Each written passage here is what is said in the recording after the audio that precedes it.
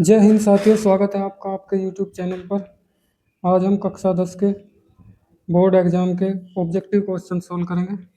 देखिए, ये सेट 2 है जो 2025 में 10 मार्च को हुआ था। 3 घंटे का पेपर है और 80 मार्क्स हैं टोटल, मैक्सिमम 80 मार्क्स का पेपर है। इसके आज हम ऑब्जेक्टिव क्वेश्चन करेंगे और ऑब्जेक्टिव क्वेश्चन करना बहुत आसान है। इसमें आप पूरे में से पूरे कंप्लीट 20 में से 20 नंबर भी प्राप्त कर सकते हैं। हमारे एक स्टूडेंट थे जिन्होंने कक्षा 10 में यूपी बोर्ड में 20 में से 20 पूरे नंबर प्राप्त किए हैं। आप भी कर सकते हैं, बस उसके लिए आपको चाहिए कि पूरी नॉलेज होनी चाहिए। आपको सारे रूल्स पूरे कंप्लीट याद होने चाहिए, तभी आप ये क्वेश्चन आसानी से कर सकते हैं। चलिए देखिए, question number 1। The system of equation x plus 5 equal to 0 and 2x minus 1 equal to 0 has. तो इसमें पहले क्वेश्चन में ये पूछना चाह रहा है कि no solution, unique solution, two solution और इनफाइनाइट सॉल्यूशन। तो आइए इसका सॉल्यूशन देखते हैं। देखिए, इसने दिया है x प्लस 5 इक्वल टू 0, तो हम यहाँ से x की वैल्यू निकाल लेंगे, -5 हो जाएगी। और इधर 2x माइनस 1 इक्वल टू 0, यहाँ से 2x इक्वल टू 1 और यहाँ से x इक्वल टू 1/2। तो यहाँ से हमें दो वैल्यू x की प्राप्त हुई और दोनों ही अलग अलग है, इनमें कुछ भी कॉमन नहीं है। तो इसमें कोई कॉमन रूट नहीं है, तो इसके नो सॉल्यूशन। इसका आंसर क्या हो जाएगा? No solution.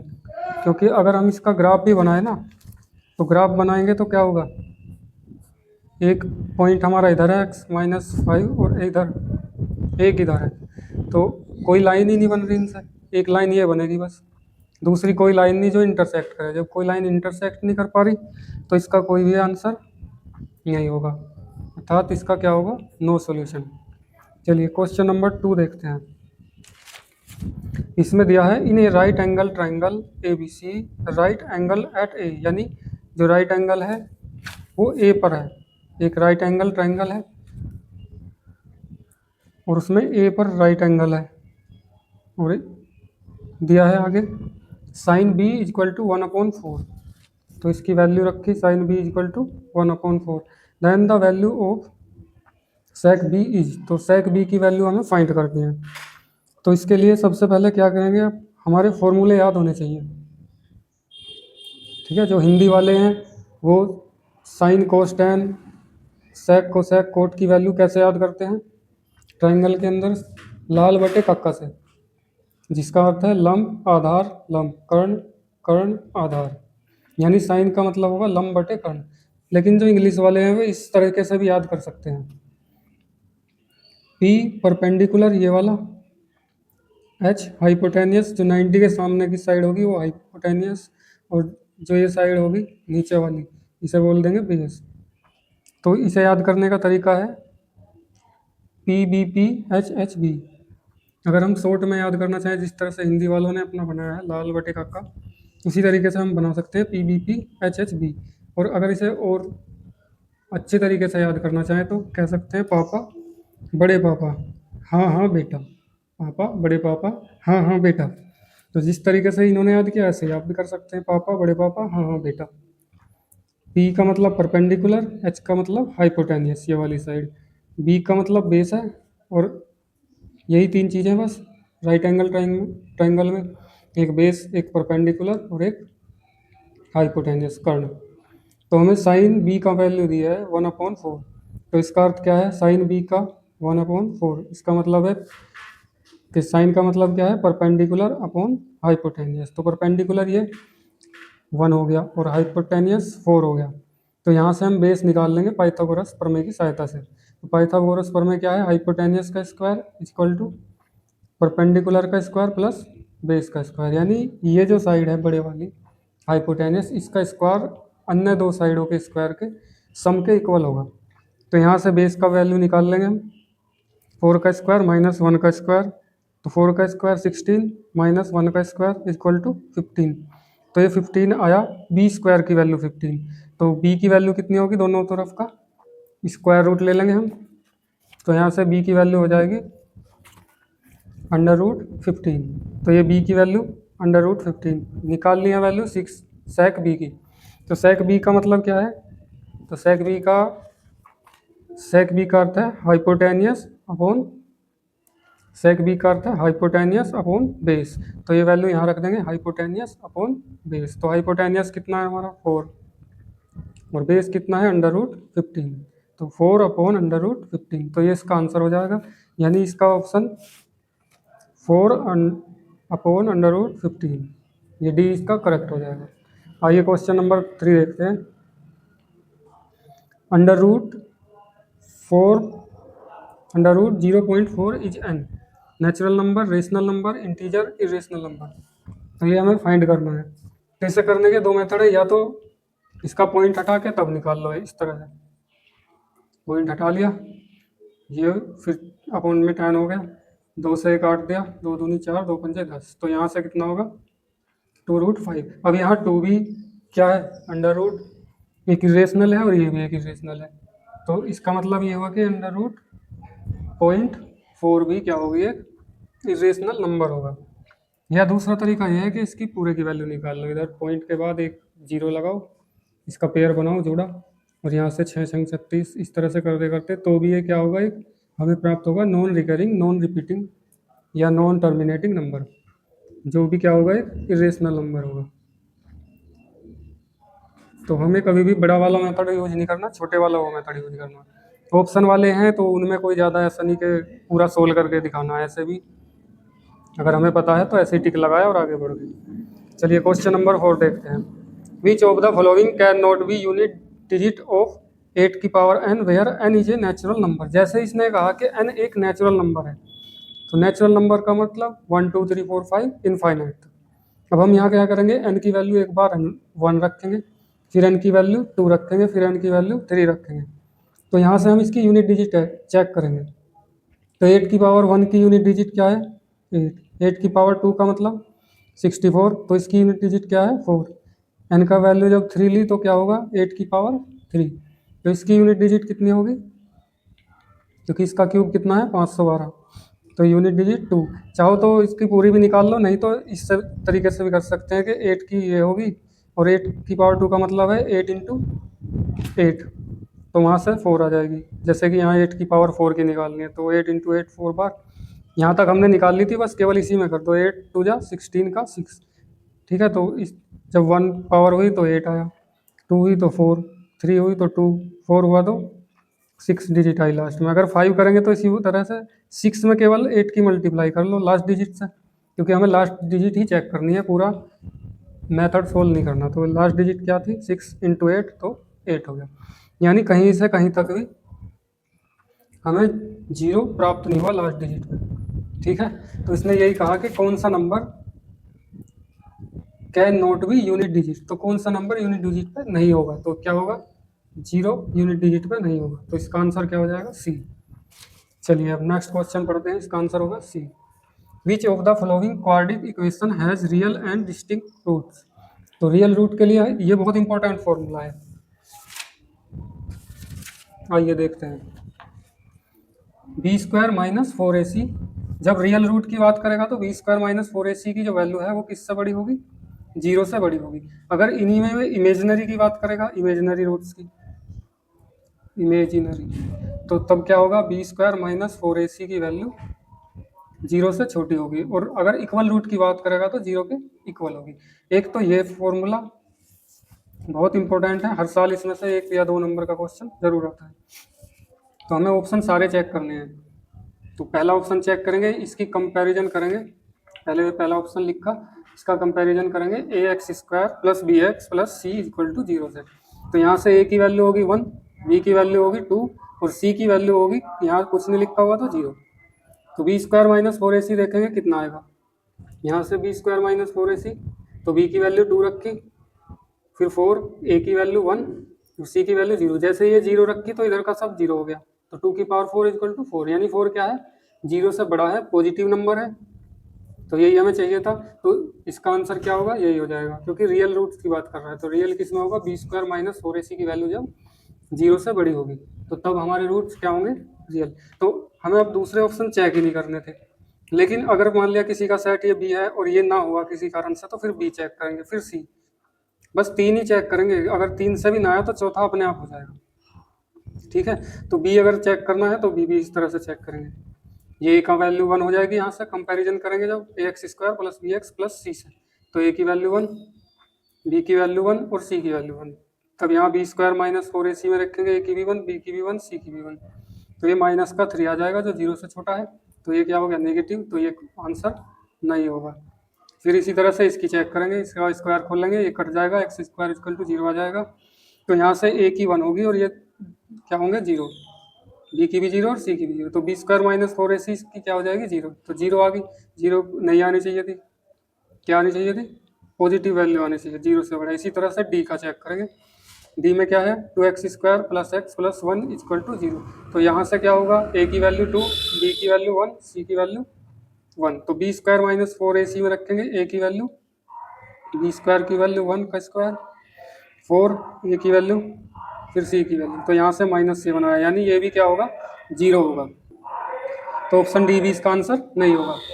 लेकिन हमें सारे ऑप्शन चेक नहीं करने, केवल 3 ऑप्शन चेक करने हैं, अगर पहले ऑप्शन से ही आंसर आ गया तो बस फिर कोई ऑप्शन और चेक ही नहीं करना, केवल यही लगा के निकल जाना, यानी इसका आंसर होगा ए, यही वैल्यू, इसी से वैल्यू हमारी क्या आई है पॉजिटिव, तो इसी से हमारे रियल रूट्स निकलेंगे।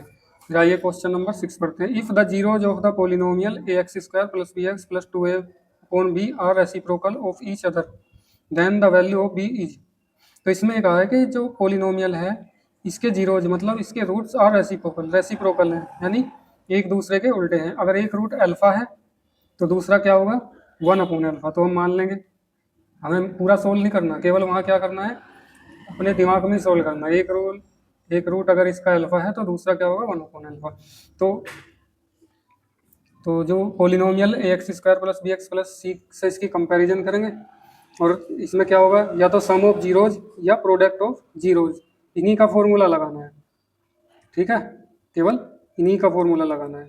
तो इससे तो हमारी बात बनेगी नहीं सम, क्योंकि 1 अपॉन अल्फा प्लस अल्फा करेंगे तो क्या होगा बड़ा हो जाएगा, कुछ कट ही नहीं रहा, तो प्रोडक्ट ऑफ जीरोज से करेंगे, मतलब मूलों का या रूट्स की जो प्रोडक्ट होगी, क्योंकि जब इनकी प्रोडक्ट करेंगे तो यहाँ से 1 से 1 अल्फा से अल्फा कट जाएगा, तो प्रोडक्ट कितना होता है सी अपॉन ए, तो सी की वैल्यू ये है और अपॉन ए की वैल्यू ए ही है, तो 2a अपॉन बी और अपॉन में सी, ए से ए कैंसिल हो जाएगा, तो 2 अपॉन बी इधर अल्फा से अल्फा कट जाएगा, क्योंकि दोनों रूट्स क्या हैं रेसिप्रोकल है, तो इधर 1 आ जाएगा और इसकी वैल्यू क्या होगी बी की वैल्यू निकाल लेंगे यहाँ से, बी इक्वल टू 2, तो कौन सा आंसर होगा ऑप्शन ए इज करेक्ट।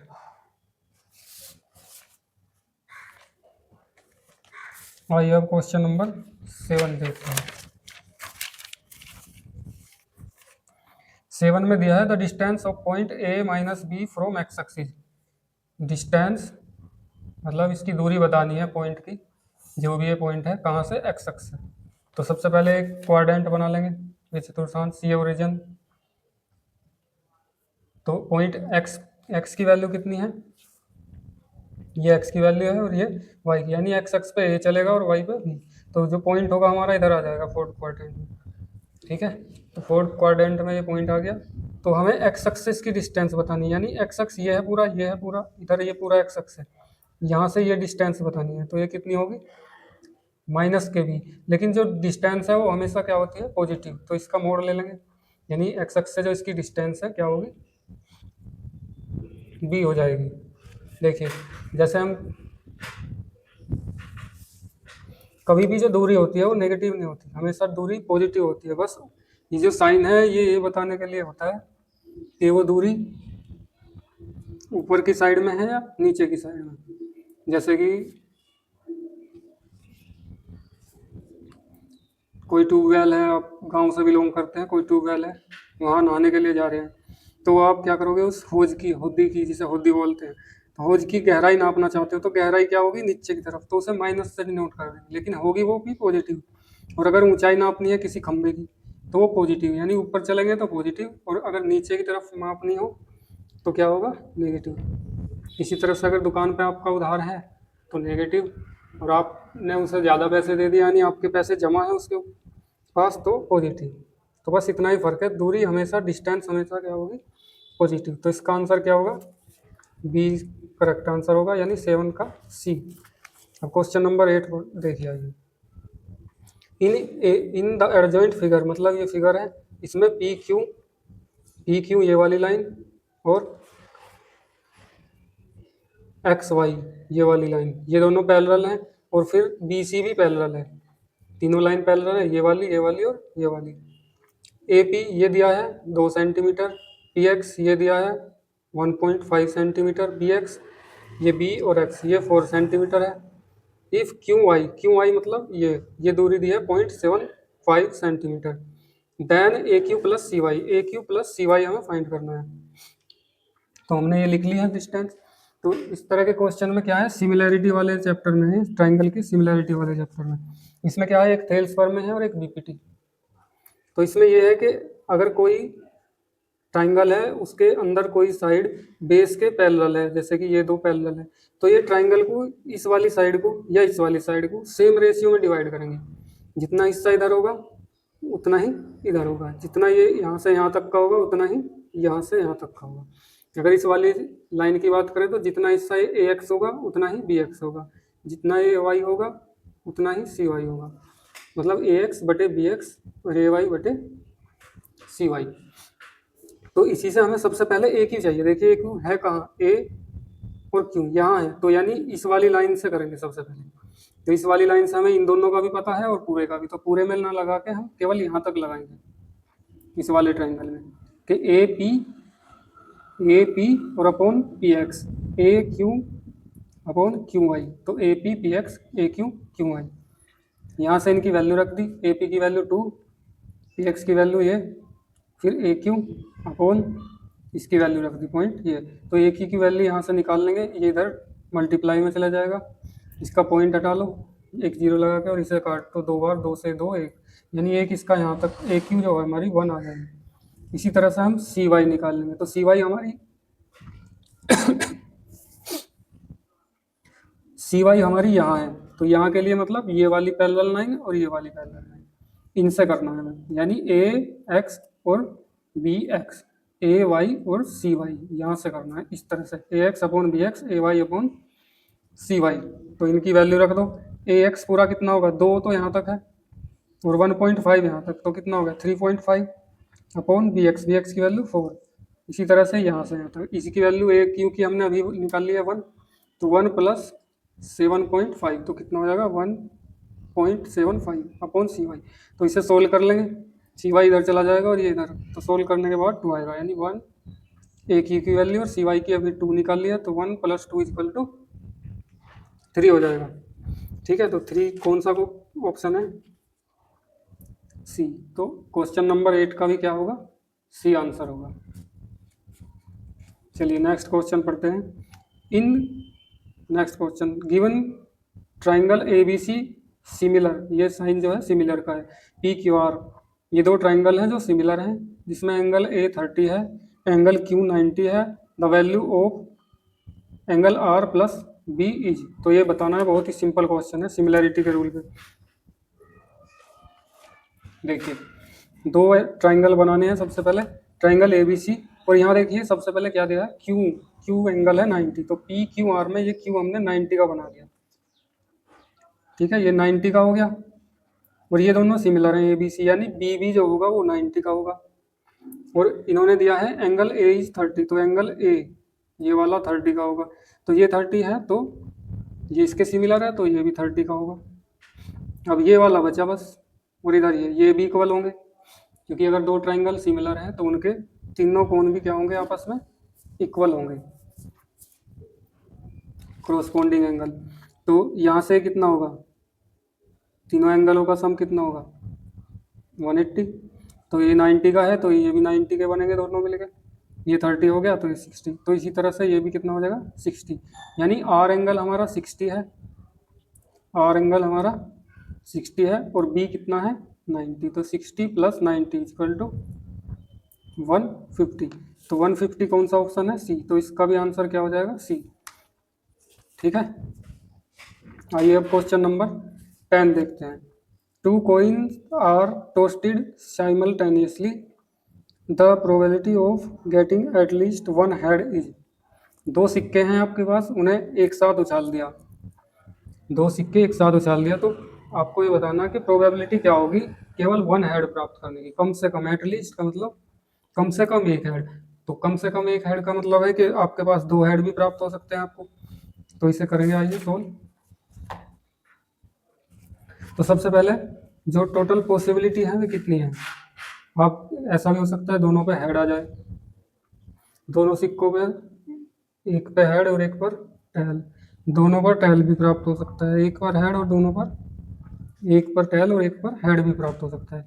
तो ये पॉसिबिलिटीज हैं टोटल, ठीक है। और हमें चाहिए क्या, जो सवाल में क्वेश्चन में पूछा है उसने, एटलीस्ट वन हेड। तो एटलीस्ट वन हेड, यहाँ भी है हेड, यहाँ भी हेड और यहाँ भी है। तो कितनी पॉसिबिलिटी बनी, 3। तो 3 अपॉन टोटल 4, तो 3/4 हो जाएगा इसका आंसर। तो इसका आंसर भी सी हो जाएगा। क्वेश्चन नंबर 10 का आंसर सी। चलिए क्वेश्चन नंबर 11 देखते हैं। बहुत ही सिंपल है, केवल आपको रूल याद होने चाहिए। आप 20 में से 20 भी कर लोगे। In the given adjoint figure P A, ये फिगर दे रखा है, इसमें P A and P B ये आर टेंजेंट हैं। जो टेंजेंट होती हैं वे यहाँ पे क्या होगा, रेडियस के साथ 90 का कोण बनाएंगे। ये हमें नॉलेज होनी चाहिए। To a circle with centre O such that, इस तरह है कि ये पी यहाँ भी 90 का है, और ये हमें पहले ही पता है कि यहाँ भी 90 का बनेगा और यहाँ भी 90 का, ठीक है। तो इसने पूछा है, बताया कि इफ ए बी, ये जो इसकी कोड है, ये 3√2 है, then the diameter of circle is, तो डायमीटर पूछ रहा है। डायमीटर मतलब यहाँ से यहाँ तक या यहाँ से यहाँ तक, रेडियस का डबल। देखिए आइए, तो ये एक सर्कल है, ये भी रेडियस है, और ये ए पी और पी बी ये टेंजेंट है। तो ये हमेशा यहाँ 90 का कोण बनाएंगे और इधर भी 90 का कोण बनाएंगे। तो इसका अर्थ ये हुआ कि ये और ये इक्वल होगी, ये और ये इक्वल होगी, ये भी रेडियस है और ये भी रेडियस है। इसका अर्थ हुआ ये भी रेडियस के इक्वल होगी और ये भी रेडियस के इक्वल होगी। यानी ये एक बन गया हमारा स्क्वायर, वर्ग बन गया। और यहाँ 90 का है तो यहाँ से ऐसे ही हाइपोटेनियस बन गया, यानी हमें हाइपोटेनियस गिवन है। अब ये दो सर्कल में ये जो स्क्वायर है ये दो ट्राइंगल में डिवाइड हो गया। तो इधर लगा लो या इधर पाइथागोरस पर में, क्योंकि हमें आर का मान निकालना होगा डायमीटर के लिए। तो हाइपोटेनियस का स्क्वायर इक्वल टू बेस का स्क्वायर प्लस परपेंडिकुलर का स्क्वायर। तो हाइपोटेनियस हमारा ये दिया हुआ है, बेस और परपेंडिकुलर दोनों क्या है, रेडियस है।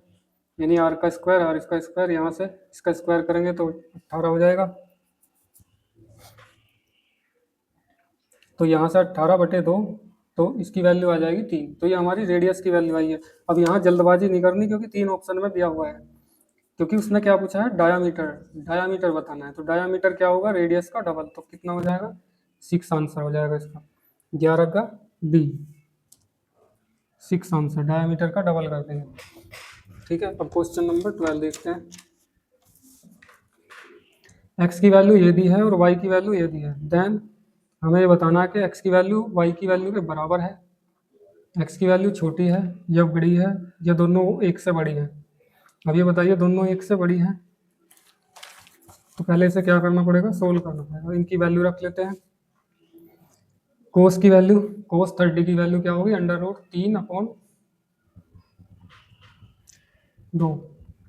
1/2। इनकी वैल्यू रख ली, यहाँ से सोल्व किया तो ये आ गया, क्योंकि √3 की वैल्यू 1.73 होगी, -1। तो यहाँ से सोल्व करके याद है, चाहो तो इसे पूरा सोल्व कर लो, नहीं तो यहीं तक लिखो, बस यहाँ से ही कंपैरिजन कर लेंगे बस। इसी तरह से y की value tan60 - cos60, tan60 √3 - cos60 1/√3। तो इस चाहे तो एल्सियम लेके कर लो या √3 की इसमें गुणा की और माइनस ये कर दो, तो 3 - 1 2 हो जाएगा, 2/√3। तो यहाँ से इनका कंपैरिजन कर लो, √3 की वैल्यू ये रख दी। अब यहाँ से देखो क्या है, ये 0.73 है, यानी ये 1 से भी कम है, 1 से भी कम है, और उसे 2 से भाग कर रहे हैं। ये 2 से ज़्यादा है और इसे 1 से कम, 2 से कम वाले से भाग कर रहे हैं। यानी अगर ये 2 भी होता, यहाँ ये 2 होता तो 2 को 2 से डिवाइड करके 1 आता, और ये 1 से कम ही है, तो ये वाली वैल्यू पहले से ही ज़्यादा है। तो पूरा सोल्व ना करने के पूरा सोल्व ना करें हम, और यहीं से वैल्यू निकाल दें, क्योंकि ये देखो 2 से डिवाइड हो रहा और 1 से कम है, ये 1 से भी कम है और ये 2 से डिवाइड हो रहा, ये वाली वैल्यू देखिए 2 है, और ये 2 से भी कम वाले से डिवाइड हुई। अगर ये 2 भी होता तो 1 तो तब भी आना ही था इसका आंसर, यानी y की वैल्यू हमारी क्या होगी, बड़ी होगी। तो y की वैल्यू बड़ी है, कौन सा ऑप्शन है, C, C is the correct. Question number 13 देखिए, for a circle with centre O and radius 5 centimetre which of the following statement is true. तो इस तरह के क्वेश्चन में हमें सबसे पहले इसका डायग्राम बना लेंगे। जो इसने दिया, क्या दिया, distance between every pair of parallel tangent is 5 centimetre. Distance बतानी है एक सर्कल के अंदर जहाँ पेयर ऑफ पैरेलल टेंजेंट, मतलब ये दो टेंजेंट हैं जो पैरेलल होंगी, चाहे इस तरह से बना लो, चाहो तो इस तरह बना लो पैरेलल, या इस तरह से बना लो। ये दोनों पैरेलल हैं और टेंजेंट है, तो यहाँ 90 का कोण बनाएंगे, यानी ये बिल्कुल क्या होगी, स्ट्रेट लाइन होगी। तो यहाँ से इसकी इसकी डिस्टेंस बतानी है, तो डिस्टेंस हमेशा क्या होगी, डायामीटर के इक्वल होगी, चाहे ऐसे बना लो चाहे ऐसे। तो डायामीटर कितना होगा, 10, यानी इसकी जो डिस्टेंस है वो हमेशा 10 होगी। अब इसने कहा है कि distance between pair parallel tangent is 5 centimetre, तो ये क्या होगा, फॉल्स होगा। Distance between pair parallel every pair of parallel tangent is 10 centimetre, तो ये क्या होगा, ये वाला हमारा ट्रू हो जाएगा। तो इसमें बस आगे अब देखने की भी जरूरत नहीं है, क्योंकि एक एक ऑप्शन ही सही दिया है।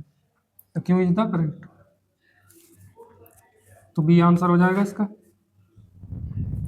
आइए नेक्स्ट क्वेश्चन देखते हैं।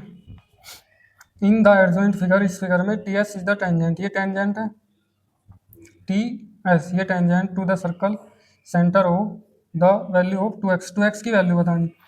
देखिए ये जो टेंजेंट है हमेशा रेडियस के साथ 90 का कोण बनाती है, तो ये हमेशा 90 का कोण बनाती है। ये सर्कल है, ये इसकी टेंजेंट है टी एस, ये ओ है, ये 3x ये x, ये 90 का होगा हमेशा, ठीक है। अब अगर ये 90 है तो पूरा 180 होता है, ये और ये मिलके भी 90 होगा, यानी 4x 3x plus x, 4x हमेशा 90 का होगा अगर ये 90 है, क्योंकि 90 plus 4x is equal to 180 होगा। तो 4x क्या होगा, 90 के बराबर। इन तीनों का सम मिलाओगे तो 180 होगा, लेकिन अगर 90 ये पहले से ही है तो इन दो का ही 90 होगा। तो 2x 4x is equal to 90, और हमें केवल 2x निकालना, 2 से डिवाइड कर दो, तो यहाँ से 2x equal to 2x equal to कितना, 45। तो 45 कौन सा ऑप्शन है, बी, तो बी इज करेक्ट। चलिए क्वेश्चन नंबर 15 देखते हैं। A peacock sitting on the top of a tree of height 10 metre. एक पीकॉक है, वो पीकॉक है हमारा यहाँ, ये पेड़ है एक ट्री, इसके ऊपर एक पीकॉक मोर बैठा हुआ है और 10 मीटर की हाइट है। ऑब्जर्व ए स्नेक, एक स्नेक को मूव ऑब्जर्व कर रहा, देख रहा है ऑन द ग्राउंड, मूव करते हुए। ग्राउंड के ऊपर एक स्नेक है, उसे देख रहा है मूव करते हुए। If the snake is 10√3 metre away from the base, ये इस बेस से ये 10√3 मीटर अवे है, मतलब ये डिस्टेंस यहाँ से यहाँ तक की होगी। फिर इसके बाद then the angle of depression of snake from the eye of peacock, तो इसके पीकॉक की आँख से ये एंगल बताना है, एंगल ऑफ डिप्रेशन यानी अवनमन कोण। तो ये वाली लाइन बेस के पैरेलल होगी, तो यहाँ से ये एंगल इसके इक्वल होगा, अल्टरनेट इंटीरियर एंगल हो जाएंगे, यानी ये एंगल बताना है, फाइंड करना है। तो ये एंगल किसके इक्वल होगा, इसके इक्वल होगा। तो क्या परपेंडिकुलर, और हमें क्या पता है, बेस पता है। परपेंडिकुलर और बेस, tan का फॉर्मूला लगा देंगे, तो बेस परपेंडिकुलर अपॉन बेस 10/10√3, ये बटा ये, तो ये इससे कट गया 10 से 1/√3, तो थीटा का मान यहाँ से हो जाएगा 30। तो 30 कौन सा ऑप्शन है, ए, तो ए इज करेक्ट। बहुत ही इजी पेपर है अगर आपके नियम, सभी नियम याद है तो। आइए क्वेश्चन नंबर 16 देखते हैं। If A cone of greatest possible volume is होलोड out from A solid wooden cylinder, यानी एक सिलेंडर है, लकड़ी का सिलेंडर है, उसके अंदर से एक कोन शंकु निकाल लिया। इस तरह से एक सिलेंडर है बड़ा, उसके अंदर से एक ऐसे कोन काट लिया, बाहर निकाल लिया एक। तो बताना है रेशियो ऑफ रिमेनिंग वुड, तो जो बची हुई लकड़ी है ये वाली, इसका आयतन, वॉल्यूम कोन के वॉल्यूम से रेशियो बताना है इसका। तो सिलेंडर माइनस इस सिलेंडर में से कोन निकाल लेंगे तो रिमेनिंग कितना बचेगा?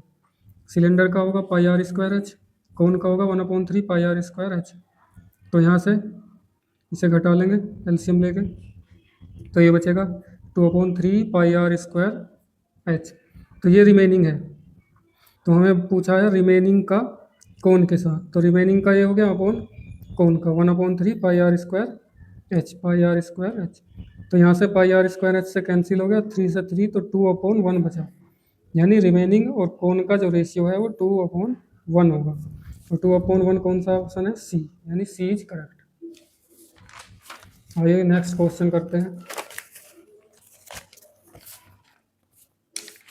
Question number 17। If the mode of some observation is 10 and sum of mean and median, याद दिया है sum of mean and median is 25, then the mean and median respectively are. तो दोनों पूछे हैं, पहले मीन निकालना है फिर मीडियन। चलिए सोल्व करते हैं इस क्वेश्चन को। तो इनके मीन, मीडियन और मोड जब तीनों एक साथ दिए हों तो इनके बीच में एक रिलेशन है कि 3 median equal to mode plus 2 mean. ये रिलेशन है इनके बीच में, 3 median equal to mode plus 2 mean. Hindi में 3 माध्यिका इक्वल टू 2 माध्य प्लस बहुलक। तो इन्होंने क्या दिया है? Sum of mean and median is 25। तो हमें इनमें से दो में से एक को मान लेंगे x। तो हमने मान लिया कि mean let the mean is x। तो मीडियन क्या हो जाएगी, क्योंकि इनका दोनों का सम क्या है 25। तो यहाँ से मीडियन क्या हो जाएगी 25 माइनस x। तो इसमें सबकी वैल्यू पुट कर दो, मोड की वैल्यू 10, मीन की वैल्यू x और मीडियन की वैल्यू 25 माइनस x। और सब ये 3 हो गया इधर और इधर 2। सोल्व करेंगे, इसकी मल्टीप्लाई कर दी इधर, 3x को उधर ले गए, 10 को इधर ले आए माइनस में, तो सोल्व किया तो ये 65 बचेगा और यहाँ से 5x हो जाएगा। x इक्वल टू 65/5 13 हो जाएगा। तो x की वैल्यू आ गई 13 और x था हमारा मीन, यानी मीन हो गया ये और मीडियन हो जाएगा 25 माइनस 13 12। तो सबसे पहले ध्यान से ही पढ़ना है, क्वेश्चन में पहले क्या दिया है, मीन और मीडियन बताना है, यानी मीन पहले लिखना है। मीन क्या है? x मतलब 13। तो 13 और 12 वाला ऑप्शन करेक्ट हो जाएगा, 13 और 12 वाला, यानी बी इज करेक्ट।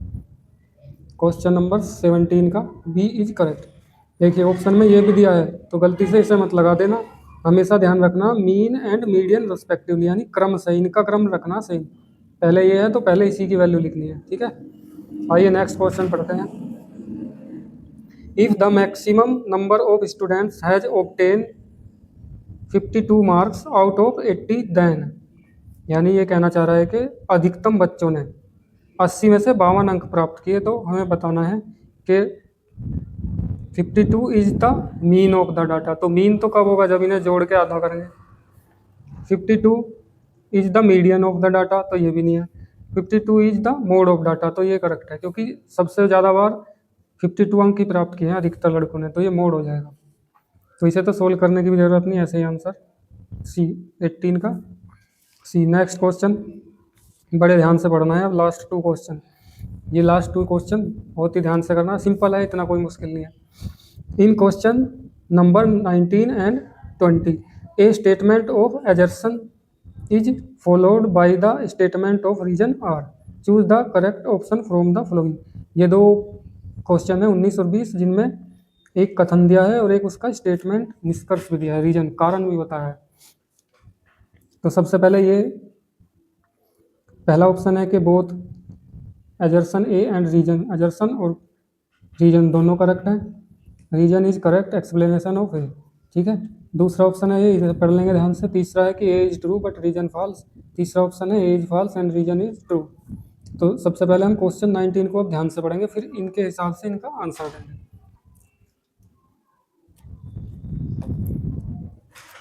चलिए क्वेश्चन नंबर 19 पढ़ते हैं।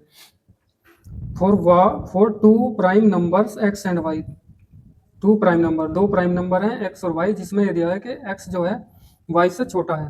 HCF इनका xy का x है एंड LCM एक्स वाई का वाई है। तो सबसे पहले मान लेंगे ए वाले को। प्राइम नंबर हमारे कौन से हैं? 2 3 5 7 11, ये हमारे प्राइम नंबर है।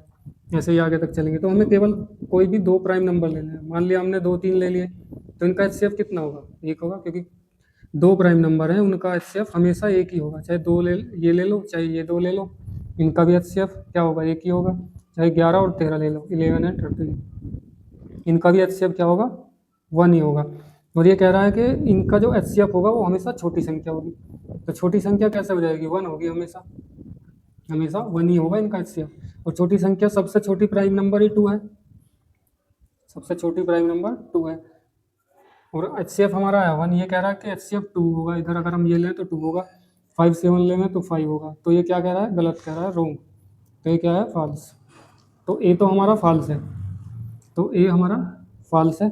अब रीजन चेक करेंगे इसका कि H C F X Y, H C F X Y less than equal to L C M X Y where X and Y are any two natural numbers.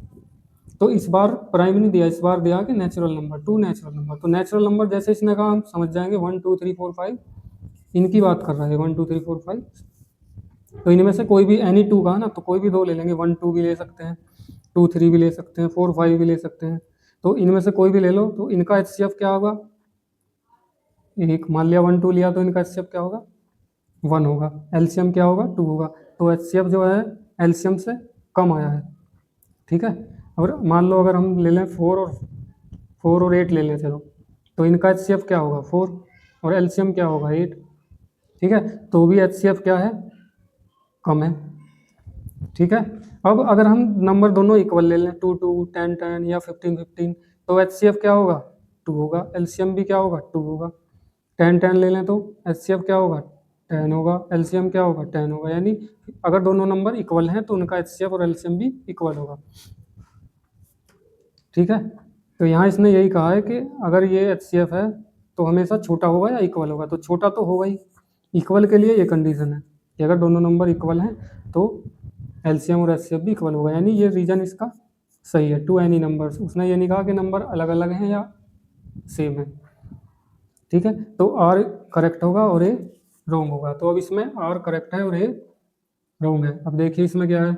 Both assertion and R true. तो true तो ये है नहीं, ए तो true है नहीं, केवल are true है, तो ये तो गलत हो गया। Assertion A and R are true, तो ये भी गलत हो गया, दोनों ट्रू कहा है। ए इज ट्रू, ए तो रॉन्ग है, तो ये भी गलत हो गया। तो बचा क्या है? लास्ट वाला ऑप्शन, डी इज करेक्ट। ठीक है। चलिए इस तरह से ये क्वेश्चन नंबर 20 पढ़ते हैं। In an experiment of throwing a die, मतलब एक पासा है, उसे फेंका गया है, तो उसमें इवेंट के बारे में बताया है। Event E1 getting the number less than 3, 3 number से कम नंबर प्राप्त करने के लिए E1। और इवेंट 2 है कि getting the number greater than 3 are complementary events. ये दोनों क्या हैं? कॉम्प्लीमेंट्री होंगे। अब देखिए E1 में क्या है? जब लेस देन 3 है, तो लेस देन 3 का मतलब 3 से कम, यानी 1 और 2। केवल हम डाइस में क्योंकि 6 होते हैं, 1 2 3 4 5 6, डाइस के 6 पृष्ठ हैं और 6 पर 6 नंबर लिखे हुए हैं। तो लेस देन 3 का मतलब 1 और 2, 3 से छोटे 2 ही होंगे। तो इसकी E1 के घटना के घटित होने की प्रोबेबिलिटी क्या है? प्रोबेबिलिटी क्या होगी? 2 पॉसिबल हैं और टोटल 6, तो 1/3। इसी तरह मोर देन 3 का मतलब 3 से ज़्यादा, 3 से ज़्यादा क्या होंगे? 4 एंड 5। तो E2 कितनी हो जाएगी? 2/6। 2 ही है पॉसिबल और टोटल है 6, तो 2/6। तो 2 से 1/3 आया।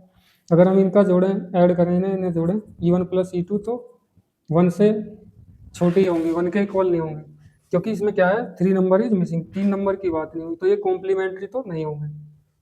और इसने कहा कि एक दूसरे के कॉम्प्लीमेंट्री हैं, तो ए क्या होगा? ए इज फॉल्स हो गया इसमें भी, ए इज फॉल्स। अब इवेंट 2 की बात करेंगे, रीजन की।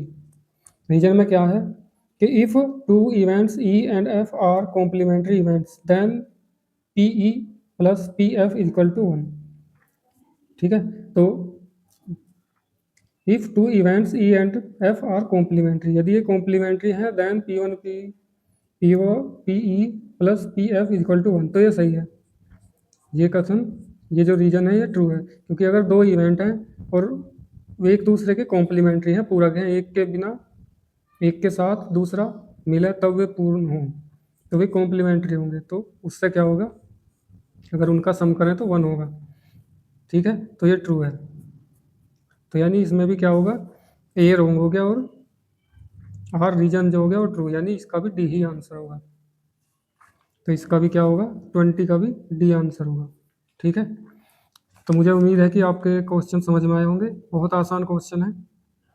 बस केवल आपको क्या करना है, सारे रूल्स याद रखने हैं, सभी रूल्स आपकी उंगलियों पर होने चाहिए। अगर आपके रूल्स याद हैं तो आप सारे ऑप्शन आसानी से करेक्ट करोगे। ठीक है, 20 में से 20 प्राप्त करोगे, 20 में से 20 क्या, 80 में से 80 ही प्राप्त कर लोगे, अगर सारे रूल्स याद हैं आपके, और आपकी कैलकुलेशन कैलकुलेशन भी बिल्कुल ओके है। प्रैक्टिस ज़्यादा से ज़्यादा करनी है।